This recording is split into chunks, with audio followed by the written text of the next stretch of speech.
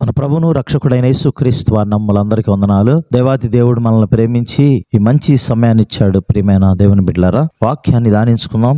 దేవుడు ఏర్పాటు చేసిన కృపా వాక్యము. ఈరోజు వాక్యాంశమును మనం గమనించినట్లయితే, నీతి యావత్తు జరిగించడానికి యేసుప్రభువారు ఈ లోకానికి వచ్చారు. ప్రియమైన దేవుని బిడ్డలారా, ఒకసారి లేఖనాన్ని పరిశీలించినట్లయితే మనము మత్తయి సువార్త 3వ అధ్యాయము 14వ వచనం చదువుకుందాం. అందుకు యోహాను, నేను నీ చేత బాప్తిసం పొందవలసిన వాడనై ఉండగా నీవు నా యొద్దకు వచ్చుచున్నావా అని ఆయనను నివారింపజూచెను గాని యేసు ఇప్పటికి కానేమో నీతి యావత్తు ఇలాగూ నెరవేర్చుటకు మనకు తగి ఉన్నదని అతనికి ఉత్తరం ఇచ్చెను గనుక అతడు అలాగూ కానిచ్చెను. ప్రియమైన దేవుని బిడ్డలారా, ఇక్కడ మనం గమనించినట్లయితే యోహాను బాప్తిసం ఇస్తా ఉన్నాడు యోర్దాను నదిలో. యేసుప్రభువారు ఈ లోకానికి వచ్చారు కాబట్టి ప్రియమైన దేవుని బిడ్డలారా, ఈ లోకంలో ఒక విశ్వాసి ఏం చేయాలో, ఒక శిష్యుడు ఏం చేయాలో, ఏ రీతిగా చేయాలో, ఏ రీతిగా తగ్గించుకోవాలో, ఏ రీతిగా తండ్రిని గణపరచాలో, ఏ రీతిగా తండ్రిని మహింపరచాలో, మరి ఏ రీతిగా తండ్రికి లోబడాలో, ఇవన్నీ కూడా ఆయన ప్రాక్టికల్ గా చేశారు, మాదిరిగా ఉన్నారు. ఆయన గురించి ఫిలిప్పీలకు రాసిన పత్రికలో పౌలు అంటాడు, దేవునితో సమానం అని అంటున్నాడు. తండ్రి కుమారుడు, ఈయన అద్వితీయ కుమారుడు కనుక తండ్రి సమస్త అధికారాన్ని క్రీస్తుకి ఇచ్చాడు. దేవాతి దేవుని సర్వాధికారాలన్నీ యేసుప్రభువారికి ఉన్నాయి. కానీ ఆయన అథారిటీని ఈ భూమి మీద అనగా పెత్తనాన్ని చలాయించవచ్చు, అట్లా లేదు. ఆయన ఎంతో దీనుడిగా తగ్గించుకుని ఈ లోకంలో బ్రతికాడు. ఇక్కడ మనం గమనించినట్టయితే యోహాను ఇక్కడ భూ సంబంధమైన మనిషిగా, అనగా దేవుడు పంపించినప్పటికీ ఒక మానవుడే, కానీ యేసుప్రభువారు సర్వోన్నతుడైన దేవుని కుమారుడు. ఆయన అయినప్పటికీ ఈ యోహాను చేత బాప్తిసం పొందాడు. ఆయన ఎందుకు? నీతి యావత్తు అలాగూ జరగాలి కాబట్టి ఆయన్ని వారించాడు. లేదు, నీవు నాకు బాప్తిసం ఇవ్వు అన్నాడు. ఎందుకంటే ఈయన గురించి ముందుగానే సాక్ష్యం ఇచ్చాడు యోహాను.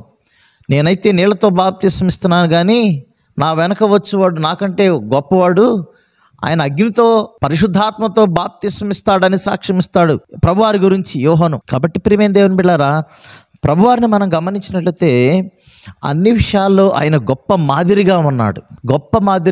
ప్రియమైన దేవుని బిడ్డలారా, మరి క్షమించే విషయంలో గొప్ప మాదిరిగా ఉన్నాడు.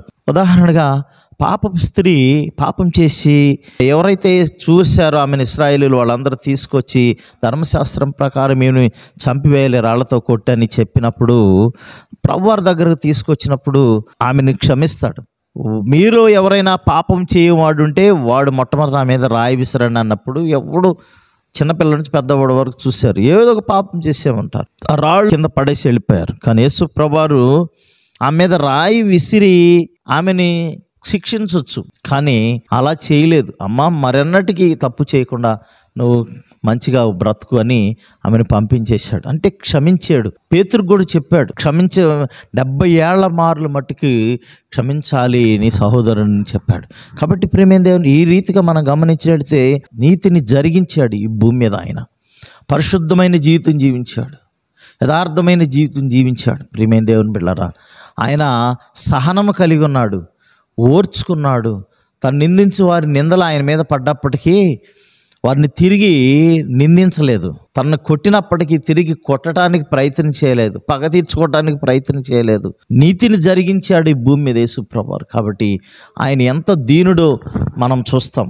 ఎంత మహాపరిశుద్ధుడు, మహోన్నతుడు, ఆయన సర్వశక్తి కలిగిన దేవుడు. అలాంటి ఆయన ఏమీ లేనివాడుగా ఈ భూమి మీద బ్రతికాడు. అయితే ఆయన సమయానుకూలంగా అద్భుతాలు చేయాల్సినప్పుడు చేశాడు. గుడ్డోళ్ళకి కళ్ళు ఇచ్చాడు, కుంటోళ్ళకి కాళ్ళు ఇచ్చాడు, అవసరం నిమిత్తం. ప్రియమైన దేవుని బిడ్డలారా, 38 సంవత్సరాల నుంచి కోనేటి దగ్గర ఒకడు కుంటివాడై ఉన్నాడు. వాడిని లేపి కోనేట్లో దింపేవాడు ఎవడు లేడు. అనగా కోనేట్లో దిగితే బాగుపడతాడు, దేవదూత వచ్చి కదిలిచ్చేది. కానీ ఎవరు లేక ఆ పరిస్థితిలో అన్ని సంవత్సరాలు బాధపడుతున్న వ్యక్తిని ప్రభువారు లేపారు. అవసరాన్ని బట్టి ఆయన గొప్ప కార్యాలు చేశారు. విధరాలకు ఒకే ఒక్క కొడుకు, ఆయన చనిపోయాడు, పాడిని ముట్టి వెంటనే లేపాడు, ఆయన్ని బతికించాడు. కాబట్టి అవసరాన్ని నిమిత్తం ఆయన చేశాడు. ఆయన ఏమి చేయాలో అది చేశాడు. ఈ భూమి మీద ప్రతి మనిషికి మాదిరిగా ఉన్నాడు. శిష్యుడు ఏ విధంగా ఉండాలో ఉన్నాడు, దాసుడు ఏ విధంగా ఉండాలో అట్లా తగ్గించుకున్నాడు. శిష్యుల పాదాలకు అడిగాడు, ఒక అధికారికంగా బోధించాడు. ఆయన ఒక యజమానుడు ఏ విధంగా ఉండాలో ఉన్నాడు, ఒక తండ్రిగా ఏ విధంగా ఉండాలో ఉన్నాడు, ఆ తండ్రి బాధ్యత నెరవేర్చాడు. ఒక తల్లి యొక్క లక్షణాలు అనగా మరి తల్లి ఏ విధంగా ప్రేమించింది? హత్తుకుంటుంది. చిన్నపిల్లల్ని మరి తోసివేస్తున్నప్పుడు వాళ్ళని ఎందుకు తోసివేస్తున్నా, నా దగ్గర నానివ్వండి, వాళ్ళని అభ్యంతరపరచొద్దని అన్నాడు. చూడండి ఆయన మనసు ఎంత గొప్పదో. మరి కాబట్టి ప్రియమైనది, ఈ లోకానికి వచ్చి నీతి యావత్తు ఆయన జరిగించడానికి వచ్చాడు, జరిగించాడు. మనకి మాదిరిగా ఉండిపోయాడు. అలాంటి మాదిరిని మనం ఫాలో అవ్వాలి.